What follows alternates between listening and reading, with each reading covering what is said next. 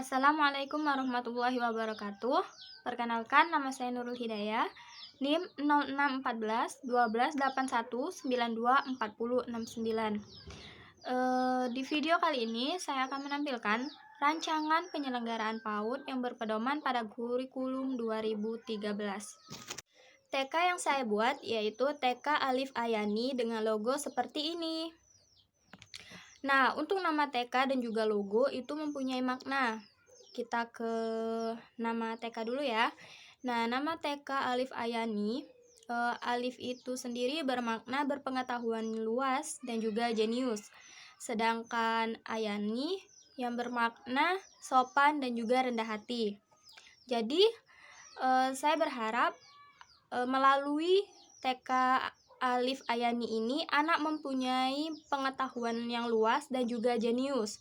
Namun ketika anak sudah mendapatkan semua itu, anak akan tetap sopan dan juga rendah hati. Nah, selanjutnya logo. Dalam logo tersebut terdapat sebuah lingkaran yang berwarna biru, di mana warna biru tersebut melambangkan seperti langit. Jadi maksudnya anak akan selalu ingat siapa penciptanya. Selanjutnya yaitu di tengah-tengah lingkaran tersebut terdapat sebuah bintang yang melambangkan cita-cita anak setinggi langit, sehingga dimanapun anak berada, ia akan terus menggali ilmu. Selanjutnya yaitu gambar seorang guru dan 4 orang siswa, yang artinya anak akan selalu menggali pengetahuan baru, baik itu melalui bersama kelompok ataupun bertanya kepada gurunya, dan juga anak akan menerima perbedaan. Selanjutnya yaitu terdapat seperti alat-alat eksperimen yang ada di gambar sebelah kiri. Maknanya anak berani mencoba dan berani mengambil resiko sehingga anak bisa memecahkan suatu masalah untuk memperoleh pengetahuan yang baru. Selanjutnya yaitu visi dan misi. Visi dari TK Alif Ayani yaitu terwujudnya generasi yang berakhlak mulia, cerdas, kreatif, dan inovatif. Sedangkan misinya yaitu yang pertama, memberi pembelajaran yang berkualitas dan bermutu guna menunjang pengetahuan anak. Yang kedua, mengoptimalkan 6 aspek perkembangan yang ada pada anak usia dini meliputi nilai agama dan moral, fisik motorik, sosial emosional, kognitif, bahasa, dan seni. Yang ketiga, memberikan pendidikan dan pengajaran serta pengalaman dalam melaksanakan kehidupan sehari-hari yang berakhlak mulia. Dan yang terakhir yaitu mempersiapkan anak didik untuk masuk dan bersaing pada jenjang pendidikan dasar. Tujuan dari lembaga TK Alif Ayani yang pertama, mendidik anak agar menjadi generasi yang berkualitas, berguna bagi agama, nusa, dan bangsa. Yang kedua, menjadikan anak yang mampu berpikir, berkomunikasi, bertindak produktif, dan kreatif melalui karya. Dan yang terakhir, mengembangkan pembelajaran sesuai dengan minat, potensi, dan tahap perkembangan anak. Baiklah, yang selanjutnya yaitu struktur kurikulum.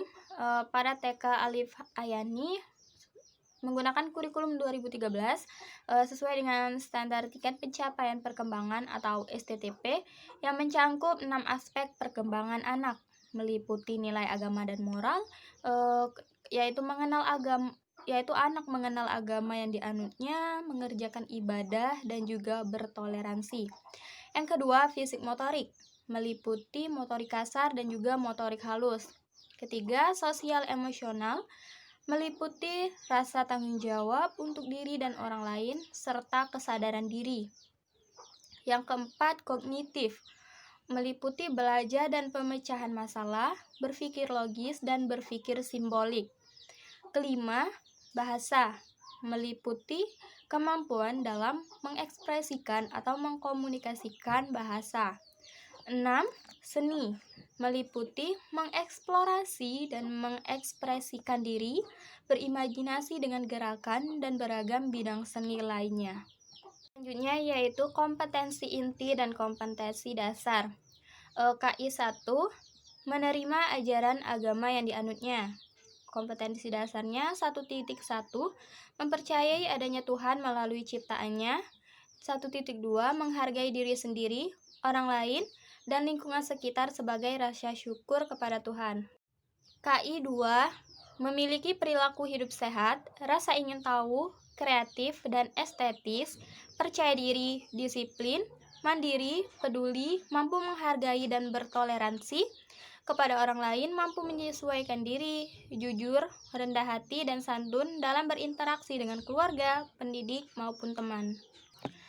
KD 2.1 memiliki perilaku yang mencerminkan hidup sehat. 2.2 memiliki perilaku yang mencerminkan sikap ingin tahu. 2.3 memiliki perilaku yang mencerminkan sikap kreatif. 2.4 memiliki perilaku yang mencerminkan sikap estetis. 2.5 memiliki perilaku yang mencerminkan sikap percaya diri dan lain-lain. KI 3 mengenal diri, keluarga, teman, pendidik, lingkungan sekitar, agama, teknologi, seni, dan budaya di rumah, tempat bermain dan satuan PAUD dengan cara mengamati dengan indera, menanya, mengumpulkan informasi, menalar, dan melakukan kegiatan bermain. KD 3.1 mengenal kegiatan beribadah sehari-hari. 3.2 mengenal perilaku baik sebagai cerminan akhlak mulia. 3.3 mengenal anggota tubuh, fungsi, dan gerakannya untuk mengembangkan motorik kasar dan juga motorik halus. 3.4 mengetahui cara hidup sehat. 3.5 mengetahui cara memecahkan masalah sehari-hari dan berperilaku kreatif. KI 4 menunjukkan yang diketahui, dirasakan, dibutuhkan, dan dipikirkan melalui bahasa, musik, gerakan, dan karya secara produktif dan kreatif, serta mencerminkan perilaku anak berakhlak mulia. KD 4.1 melakukan kegiatan beribadah sehari-hari dengan tuntunan orang dewasa. 4.2 menunjukkan perilaku santun sebagai cerminan akhlak mulia. 4.3 menggunakan anggota tubuh untuk mengembangkan motorik halus dan motorik kasar. 4.4 mampu menolong diri sendiri untuk hidup sehat. 4.5 menyelesaikan masalah sehari-hari secara kreatif. Selanjutnya yaitu sarana dan prasarana. Di TK Alif Ayani, sarana dan prasarana berupa gedung yang meliputi ruang kelas, ruang kepala sekolah, ruang guru, UKS, toilet, perpustakaan, dan musola. Untuk alat bermain terdiri dari ayunan, jungkat-jungkit, dan juga prosotan. Nah, untuk parabot terdiri dari kursi dan meja guru, kursi dan meja anak, dan juga papan tulis. Sedangkan media pembelajarannya bisa menggunakan proyektor dan juga laptop, adanya alat permainan edukatif, dan juga alat peraga. Selanjutnya yaitu struktur organisasi lembaga. Nah, di TK Alif Ayani, struktur organisasi lembaga seperti gambar berikut. Adapun tupoksi dari struktur organisasi TK Alif Ayani, yang pertama tugas dari pembina PAUD. Ini adalah dari unsur UPTD, Dinas Pendidikan Kecamatan, dan lembaga penyelenggara PAUD. Selanjutnya yaitu tugas penasihat. Tugas penasihat antara lain yang pertama, mengusahakan optimalisasi pengembangan pendidikan dari sisi penyediaan sarana dan prasarana pendidikan termasuk fasilitasnya. Yang kedua, mengusahakan optimalisasi sumber dana dan sumber belajar dengan bekerja sama dengan berbagai pihak. Yang ketiga, tugas dari kepala sekolah. Tugas dari kepala sekolah ini antara lain menyusun rencana strategis dan menyusun rencana pembelajaran yang melibatkan seluruh komponen yang berada di bawah lembaga PAUD. Yang kedua, mengkoordinasikan dan melakukan pembinaan diktatik dan metodik kepada lembaga-lembaga pengajar, tenaga administrasi, dan seluruh komponen yang berada di bawah lembaga PAUD. Yang keempat, tugas sekretaris. Tugas sekretaris antara lain mengarsip dokumen yang dibutuhkan kepala sekolah. Kedua, mengatur dan mengkondisikan semua jadwal kegiatan kepala sekolah. Ketiga, membantu setiap orang tua siswa dan guru yang membutuhkan informasi tentang kegiatan sekolah. Yang kelima, tugas bendahara. Tugas bendahara antara lain: 1. Membukukan, mengkoordinir, dan melaksanakan pengumpulan sumbangan dari orang tua atau wali siswa. Yang kedua, mempersiapkan rapat dengan orang tua atau wali siswa dalam upaya mendukung pengumpulan data pendidikan. Ketiga, mencari biaya operasional PAUD untuk keperluan yang sangat mendesak dan penting. 6. Tugas tata usaha. Tugas tata usaha antara lain: 1. Membantu fungsi administrasi umum, keuangan, sarpras, baik dari sekretaris, bendahara, maupun kepala sekolah. Yang kedua, menyusun dan menyajikan data statistik dan grafik keadaan siswa dan profil guru dengan rapi. Yang ketujuh yaitu tugas operasional PAUD. Yang ketujuh, tugas operator PAUD. Tugas operator PAUD antara lain: yang pertama, menginstal aplikasi penginput data sekolah yang disebut dengan aplikasi Dapodiktas, termasuk melakukan update aplikasi apabila aplikasi mengalami pembaruan, biasanya per semester. Yang kedua, menginput semua data sekolah mulai dari data sekolah, kepala sekolah, PTK, peserta didik, tenaga honorer, dan penjaga sekolah. Jadi di sini secara garis besar tugas operator hanya sebagai penginput data, bukan pengelola data, kecuali operator oleh kepala sekolah. Yang kedelapan, tugas pendidik atau guru PAUD. Tugas pendidik atau guru PAUD antara lain: mengidentifikasi kepribadian anak secara mendalam untuk dapat melihat karakternya. Yang kedua, menguasai profil perkembangan anak yang terdiri dari 6 aspek sesuai dengan kurikulum PAUD yang berlaku. Ketiga, membimbing kreativitas yang menumbuhkan potensi secara sabar, bijak, menyenangkan, ceria, santai, dan penuh kasih sayang. Yang kesembilan yaitu tugas asisten guru PAUD.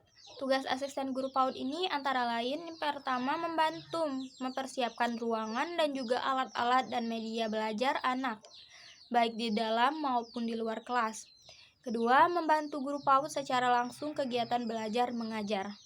Yang ke-10 yaitu tugas dokter anak. Tugas dokter anak ini antara lain: memeriksa kesehatan dan tumbuh kembang anak usia dini secara berkala dan berkelanjutan. Yang kedua, melakukan dokumentasi setiap kegiatan yang dilakukan dengan sistematis dan melaporkannya kepada kepala sekolah. Tugas bimbingan konseling atau BK yaitu: pertama, menyusun dan melaksanakan program bimbingan dan konseling. Yang kedua, melakukan koordinasi dengan guru kelompok dalam rangka mengatasi masalah-masalah yang dihadapi anak didik tentang kesulitan belajar. Ketiga, memberi saran dan masukan kepada anak dalam mendapatkan gambaran pendidikan tingkat selanjutnya. Dan yang terakhir atau yang ke-12 yaitu tugas office boy. Antara lain: 1. Menjalankan tugas dan fungsi kebersihan lingkungan PAUD. Kedua, menjalankan tugas dan fungsi penataan keindahan dan kerapian lingkungan PAUD. Ketiga, berusaha memberi contoh perilaku akhlakul karimah di dalam maupun di luar PAUD. Selanjutnya yaitu standar pengelolaan. Standar pengelolaan di TK Alif Ayani berpedoman pada Permendikbud 137 tahun 2014, di mana standar pengelolaan pendidikan anak usia dini meliputi: yang pertama, merancang program; kedua, pengorganisasian; ketiga, pelaksanaan rencana kerja; dan yang terakhir, pengawasan. Nah, perencanaan program di sini merupakan penyusunan kegiatan lembaga PAUD dalam mencapai visi, misi, dan tujuan lembaga. Pengorganisasian yang merupakan pengaturan seluruh komponen untuk mencapai tujuan. Sedangkan pelaksanaan rencana kerja di sini merupakan kegiatan pelaksanaan program kerja yang sudah direncanakan. Dan yang terakhir yaitu pengawasan meliputi pemantauan, supervisi, evaluasi, pelaporan, dan tindak lanjut hasil pengawasan guna menjamin terpenuhinya hak dan kebutuhan anak serta berkesinambungan program PAUD. Selanjutnya yaitu standar penilaian. Nah, standar penilaian di TK Alif Ayani berpedoman pada Permendikbud 137 tahun 2014. Standar penilaian proses dan hasil pembelajaran anak mencangkup yang pertama, prinsip penilaian, kedua, teknik dan instrumen penilaian, ketiga, mekanisme penilaian, keempat, melaksanakan penilaian, dan yang terakhir, pelaporan hasil penilaian. Instrumen penilaian proses dalam TK Alif Ayani dalam bentuk catatan menyeluruh, terdiri dari catatan anekdot, hasil karya, dan juga checklist. Nah, itulah tadi penjelasan tentang rancangan penyelenggaraan PAUD sesuai dengan kurikulum 2013. Semoga bermanfaat. Wassalamualaikum warahmatullahi wabarakatuh.